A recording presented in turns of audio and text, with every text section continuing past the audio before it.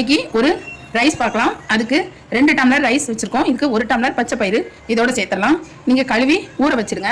ஒரு 3 மணி நேரம் ஊற வச்ச பயிர் எடுத்துக்கோங்க. இந்த பச்சை பயிறு அது 2னா இது 1 சேர்த்துக்கலாம்.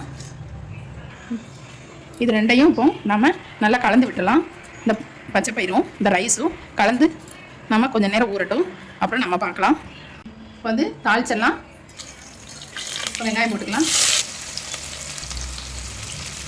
கல் உப்பு போட்டுக்கலாம். இப்போ நல்லா வதக்கி விட்டுலாம். இப்போ இதை நல்லா வதக்கலாம். இது நல்லா வதங்கட்டும். அதுக்குள்ளே நம்ம அரைக்க வேண்டியது அரைச்சி வந்துடலாம். நல்லா வதங்கிட்டு இருக்கட்டும். கொஞ்சமாக பச்சை மிளகாய், ஒரு 3 பச்சை மிளகாய் சேர்த்துக்கலாம். ஃப்ரெஷ்ஷான பூண்டு சேர்த்துக்கலாம்.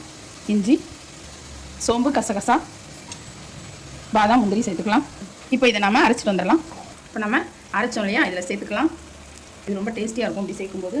இப்போ நம்ம 6 தக்காளி, பழுத்த தக்காளி, நாட்டு தக்காளி எடுத்துருக்கோம். இதை இப்போ நம்ம பேஸ்ட் மாதிரி அரைச்சிக்கலாம்.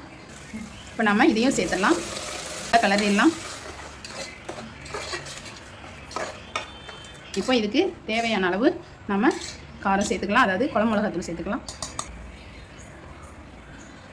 சாம்பார் பொடி, குழம்பு மிளகாத்தூள் எதுவாக இருந்தாலும் சேர்த்துக்கலாம். நல்லா இப்போ கலரி விட்டுலாம். இது நல்லா வதங்கட்டும். இப்போ 2 டம்ளர் ரைஸ், 1 டம்ளர் பச்சை பயிறு சேர்த்துருக்கோம். 3 டம்ளர் ஆச்சு. அதுக்கு இப்போ 6 டம்ளர் தேங்காய் பால் எடுத்து வச்சுருக்கோம். அதை சேர்த்துக்கலாம். நீங்கள் அரிசிக்கு ஏற்ற மாதிரி சேர்த்துக்கலாம். இப்போ இது நல்லா கொதிக்கட்டும்.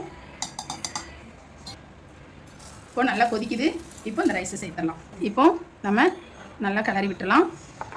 இது நல்லா வேகட்டும். வெந்தோடனே பார்க்கலாம். இப்போ பச்சை பயிரும் ரைஸும் நம்ம சேர்த்துட்டோம். இது நல்லா வேகட்டும். ரொம்ப ஹெல்த்தியான, ரொம்ப டேஸ்டியாக இருக்கும் இந்த சாதம். நாம் வெந்த உடனே பார்க்கலாம். இப்போது சாதம் ரெடியாக இருக்குது. ரெடி ஆகிடுச்சு. நல்லா கமகமன் வாசமாக இருக்குது. இதே மாதிரி இதே மெத்தடில் செஞ்சு பாருங்கள். ரொம்பவே சத்தான ஒரு சாதம்.